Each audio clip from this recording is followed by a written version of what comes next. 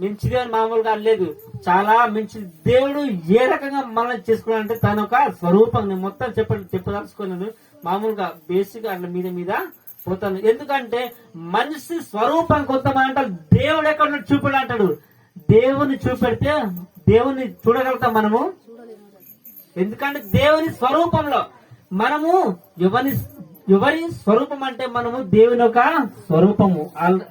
బైబల్లో చెప్పబడుతుంది మనము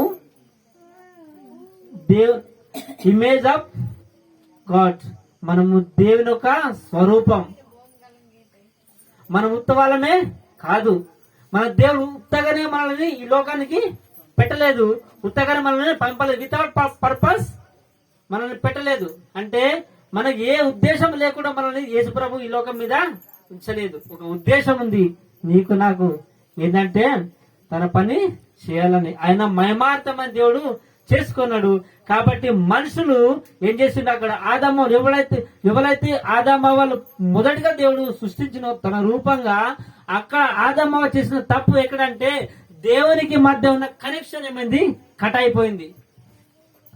కొన్నిసార్లు లవ్ బ్రేక్ అయితే ఎట్లా ఉంటది, ఏమైపోతాను మధ్యలో గ్యాప్ అయితే కదా, లేదంటే ఆత్మహత్య చేసుకొని ఇక్కడ మనం చూసినట్టయితే యేసు ప్రభు ఈ లోకానికి ఎందుకు వచ్చిందంటే ఆ బ్రేక్ అయి ఉన్న సంబంధాన్ని మళ్ళా తిరిగి కలపడానికి.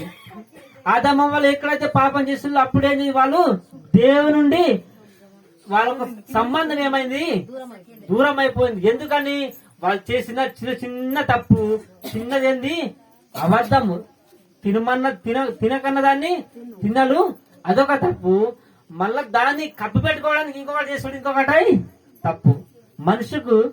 ఈ మనసులో ప్రతి ఒక్కరికి ఏమైతుంది, అబద్ధాలు చెప్పుడు బాగా ఇస్తాం కదా.